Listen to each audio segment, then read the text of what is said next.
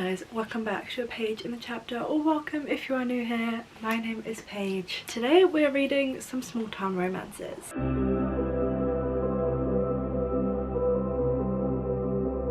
So I have not read many small town romances. It is not something that I typically gravitate towards.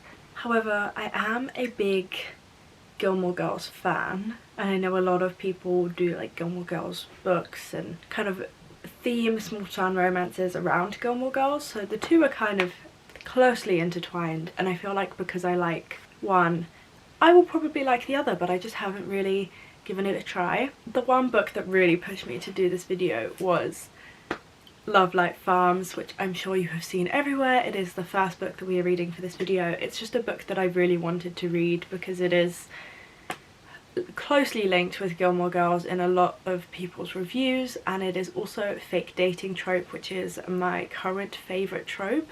So this was on my want to read list anyway, and I just decided that since I was here and I wanted to read this book anyway, let's just do a little bit of a genre deep dive. And I have 4 small town romances that come highly reviewed, highly recommended from people to try and see if I enjoy small town romances. Especially as someone who has kind of got into romance through sports romances and has really enjoyed the sports romance aspect and hasn't read too many romances that aren't fluffy contemporary romances or sports romances.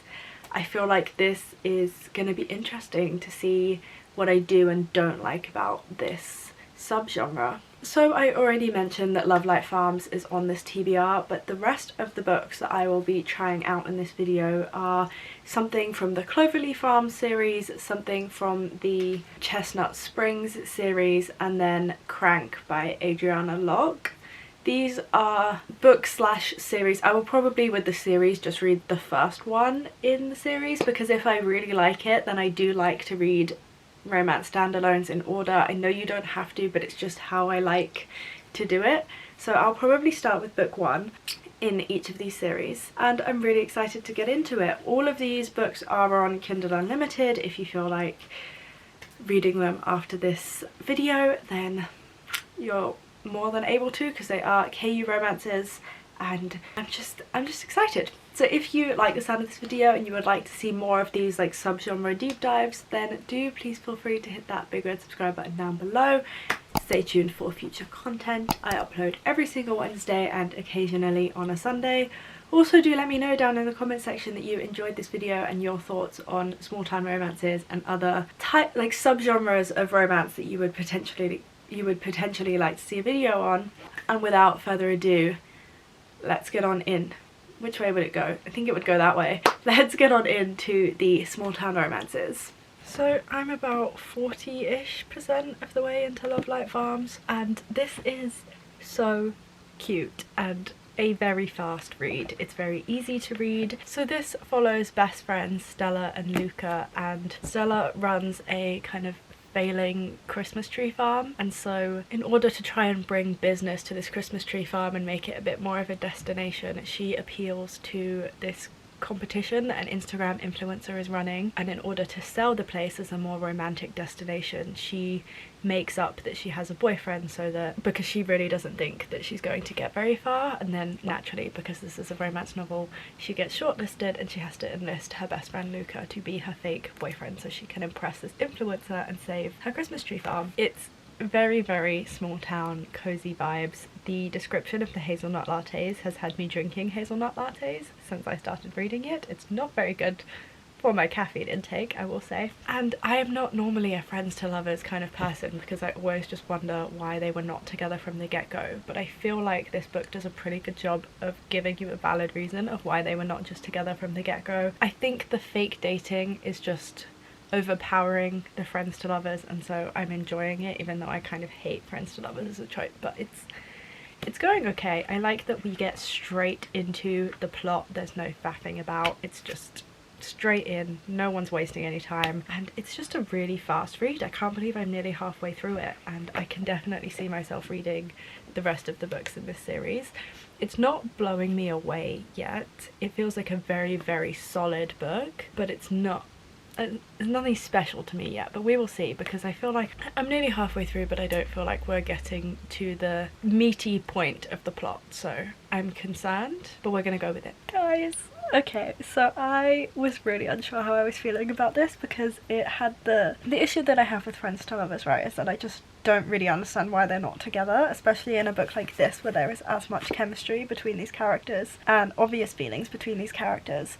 I always just wonder what is stopping them from being together, and I don't find "we're gonna ruin the friendship" to be a good enough argument, because the minute you know you have feelings for your friend, like, the friendship is not going to be the same, it's already ruined. It's just not a good enough reason for me in Friends to Lovers, and that's always the argument. And this is not necessarily different from that, but I'm really enjoying how the fake dating is so closely intertwined with the Friends to Lovers. It's really cleverly done, and I'm really enjoying how the trope is, it's not turned on its head, but it's twisted on its side a little bit, and I'm kind of blown away by how much this book keeps surprising me. And I'm loving the small town cozy romance. The fact that some kittens have just been brought in is filling me with all of the joys, and we've had hints of steam, and I am very happy with the way that those hints of steam were written, and I'm very excited for the real steamy scenes. So I did finish Lovelight Farms last night.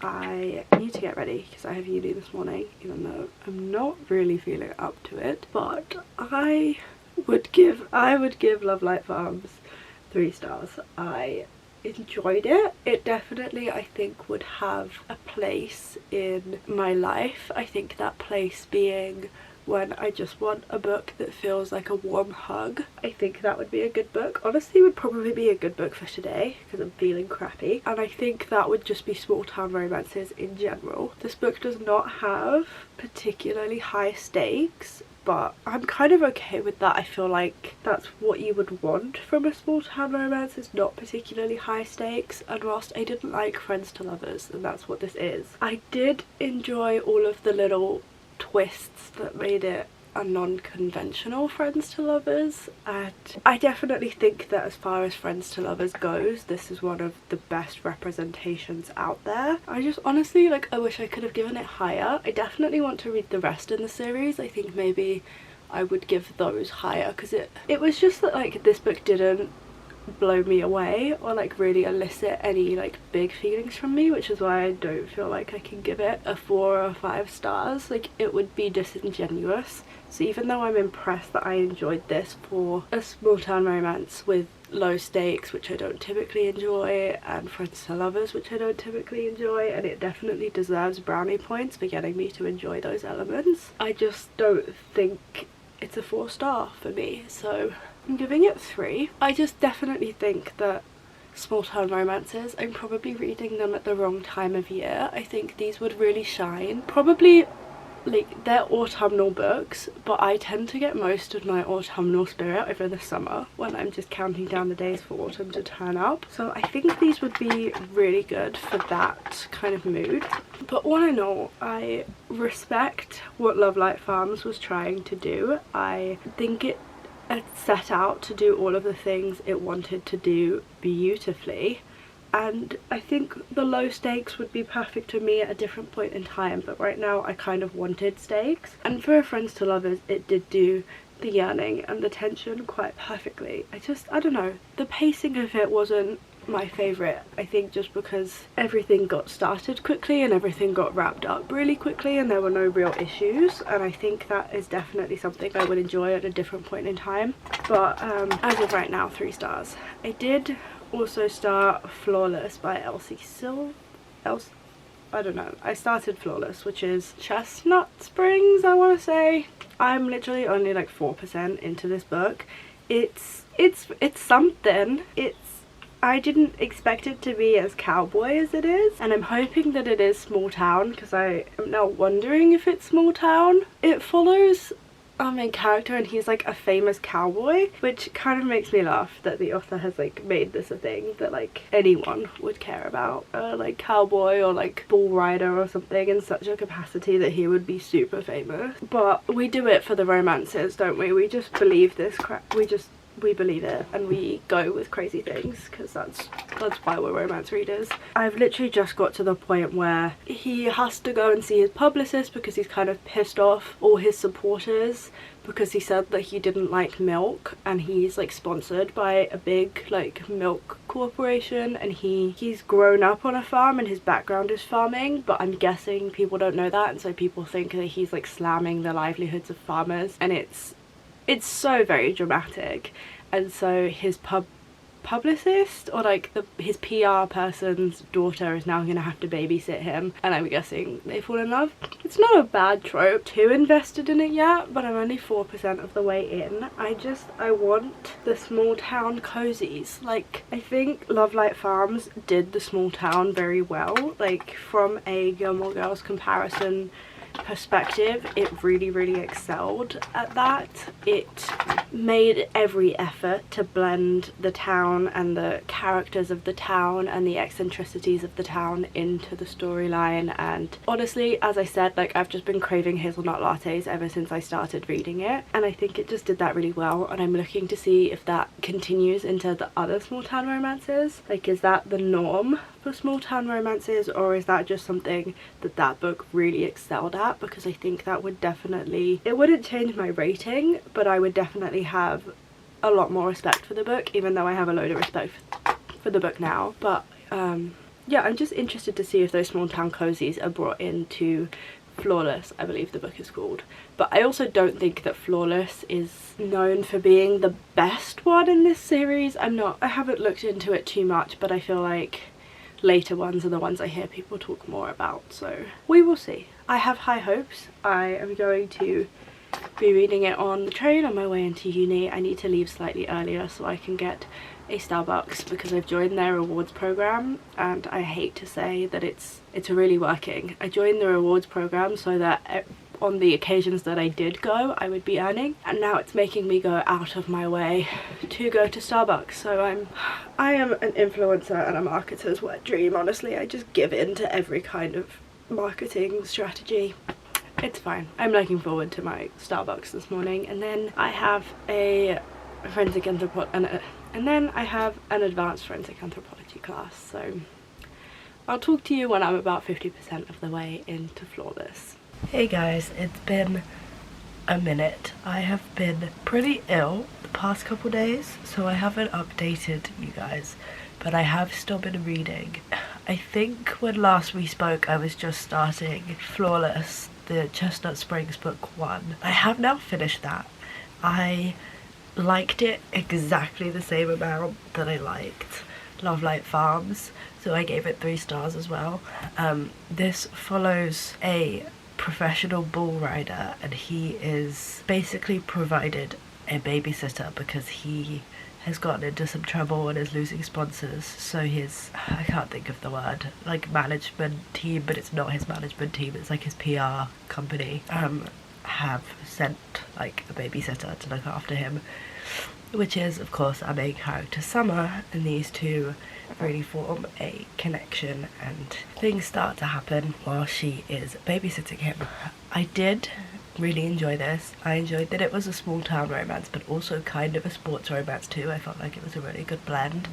I felt like it was very accessible to people, and I would recommend it as a starting point for small town romance because I think the blend of sports romance elements really like gave it something extra, but it didn't have the same cozy hug feeling that Lovelight Farms had, and so I felt like they were just on completely equal footing in terms of my enjoyment of them. I'd given them the exact same rating because looking at it from different angles I could argue that I preferred either one of them more. I liked the kind of personal growth of Summer in Flawless, and honestly I would continue with the rest of the series. I did really enjoy it. It's just hard because I really don't know if maybe small town romance just isn't for me, because none of these books are like super enjoyable, and that's fine if it's not for me. That's kind of the purpose of this video. I've never really read small town romance before and I wanted to, so that's kind of why we're here.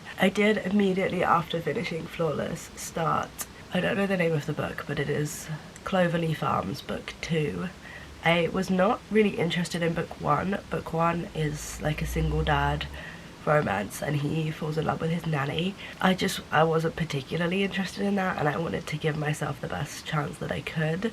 But book two is like, it's advertised as enemies to lovers. I don't know if it is. It follows characters whose names I can't remember off the top of my head because I started reading this book in the midst of my illness fog, but they used to be really close friends, and it's really heavily hinted at that something has occurred in the past which has, like, that he did something and she just hasn't forgiven him for it, and so they hate each other now. And I feel like her reasons for feeling like he is her enemy are quite valid. I obviously don't know the details of what's gone on between them in the past, but I do know that the reason they're brought together in the present in this book is because she has always wanted to open a distillery as like an offshoot of her family's farm, I believe. He is super rich, like nepo baby, has used his family's money to go and basically steal her idea and do the same thing, but now he needs help, so he is offering her the opportunity to work with him for 6 months because he really needs help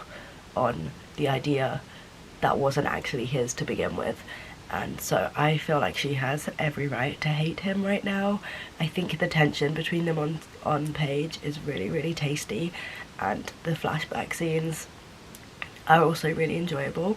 I feel like sometimes in this type of situation, kind of the same as like the Yumi on vacation situation, which follows two people that were friends in the past but in the present not so much, and the flashbacks show you that friendship.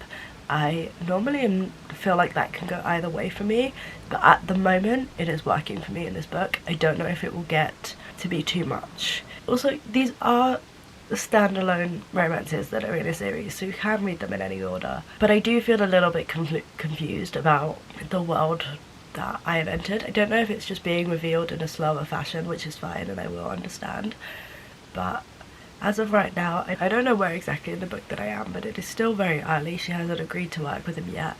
I don't completely understand the world that I'm existing in because I feel like it hasn't really been explained. I'm guessing because it's assumed you would have read book one, but it's fine. It's not to a point where I am genuinely confused. It's just little things, like the fact that I don't know if her family owns Cloverleaf Farms. I think they do. It's also just not the best time for me to be figuring out a new world. My brain fog is real. I am actually feeling slightly better at the moment, like brain fog wise and head cold wise. I feel like the external symptoms are worse, but how I feel internally is getting better, so it's fine. I have to leave soon for my advanced forensic anthropology lab, but that just means I get to read more of this book on the way there, and then after this book we only have one more and we can have looked at a healthy slice of small town romances and see if I actually enjoy them. So I am about I'm over 50% of the way through this book now, and I'm swinging around to disliking it, and I think I dislike it more than Lovelight Farms. Our main female character is a complete wet wipe. I've never seen a female character with less backbone than this main character does.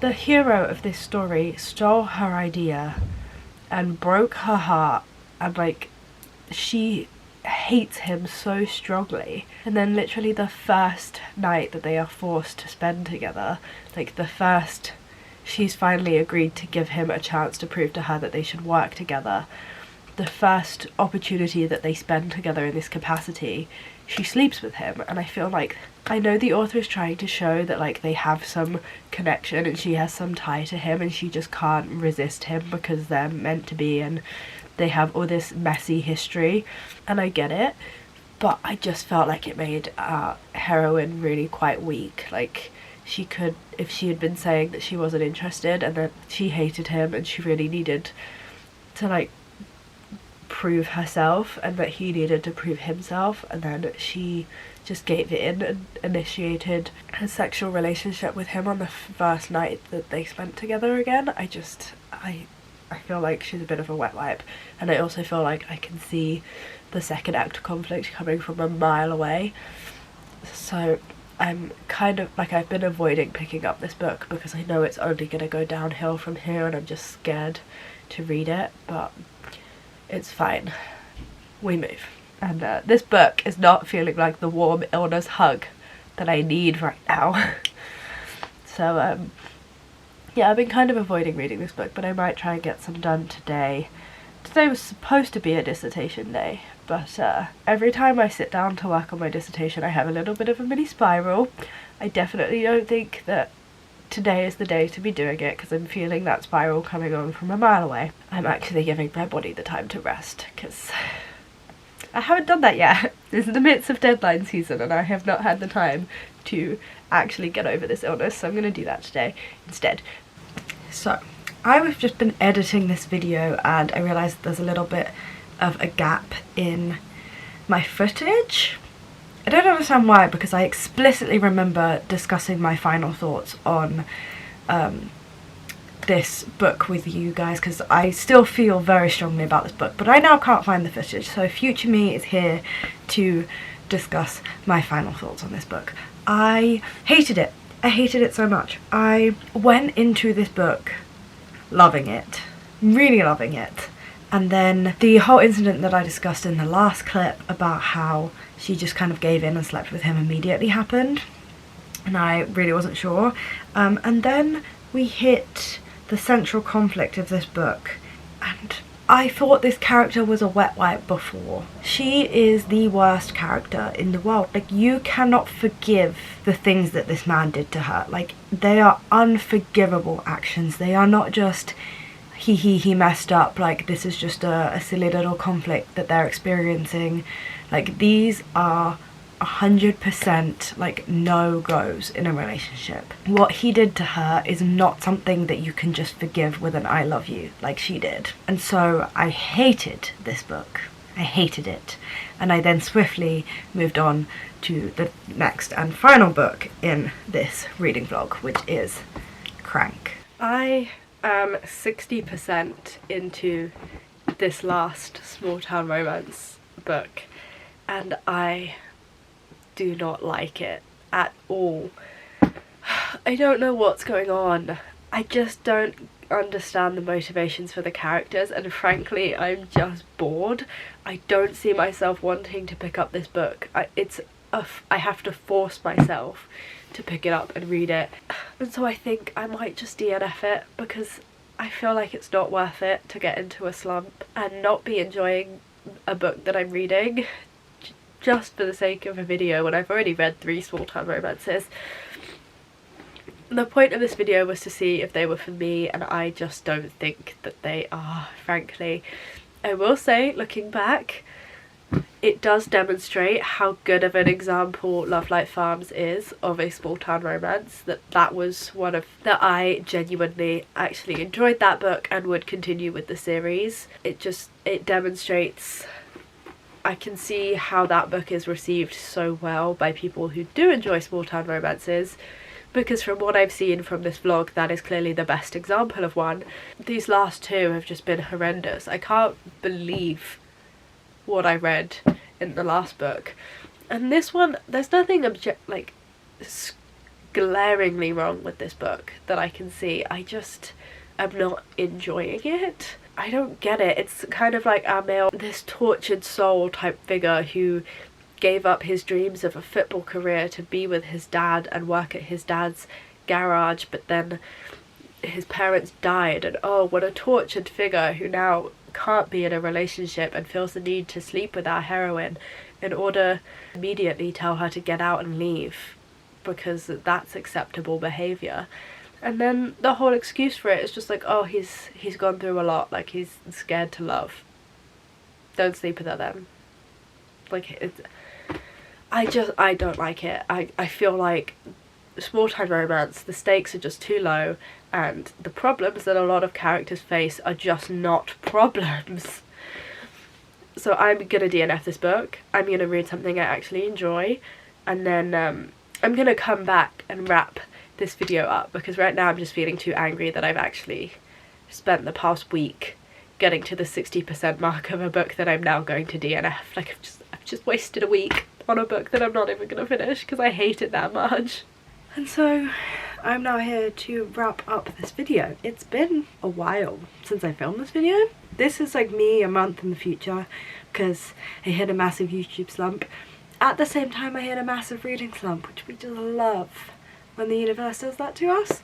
And I'm not gonna lie, I kind of credit this video for the reason I had that slump, because reading and forcing myself to push through so many books that I wasn't enjoying really took away my motivation for reading. Towards the end of this video, I just didn't want to read any of the books, and I was really having to force myself to because I knew that they weren't for me and I wasn't really enjoying them that much. So having to push through and do that, and then knowing that I was only doing it for a video, just like the actual reading itself of these books that I wasn't particularly enjoying, put me into a reading slump. But then the knowing that I was doing it for a video put me into a YouTube slump. So that's why you haven't seen me around for a little while. But I am back. I am better than ever. I am reading again. I'm really enjoying it. Things with my master's degree have calmed down quite a bit. I feel like I am at a point now where I can make content again. I'm feeling really good about it. And yeah, hopefully onwards and upwards. Don't do a video like this, you know, don't force yourself to read books that you know you're not enjoying just for the sake of a YouTube video. That is what we have all learned from this, and we've also learned that small town romance is not really for me, but it is what it is. I tried a new genre and we explored it, and I would like to try some more subgenres and tropes and do more deep dive videos like this, but I will hopefully choose better books, or I will hopefully stop before it reaches a slump next time. So let me know what tropes and subgenres and things like that you would want to see down in the comment section. I do have some ideas, but I would obviously love to hear what you guys want to see. If you enjoyed this video and you are happy to see my face back in your subscription box again, then give this video a thumbs up, and if my face is not in your subscription box, then do please feel free to hit that big red subscribe button down below so that it is in your subscription box, and then you don't miss videos every single Wednesday and occasionally on a Sunday if I'm feeling really nice, which sometimes happens. You guys can also check me out on Instagram and Twitter at Page and Chapter to stay up to date on what is going on in my reading life as well as my regular life on times like this when I'm not really active on booktube. Pretty much always active on those social medias, so go and check those out. I hope you guys are having a fantastic week, you're enjoying everything you are reading, and there are no reading slumps in your future. And I will see you for my next video. Bye guys.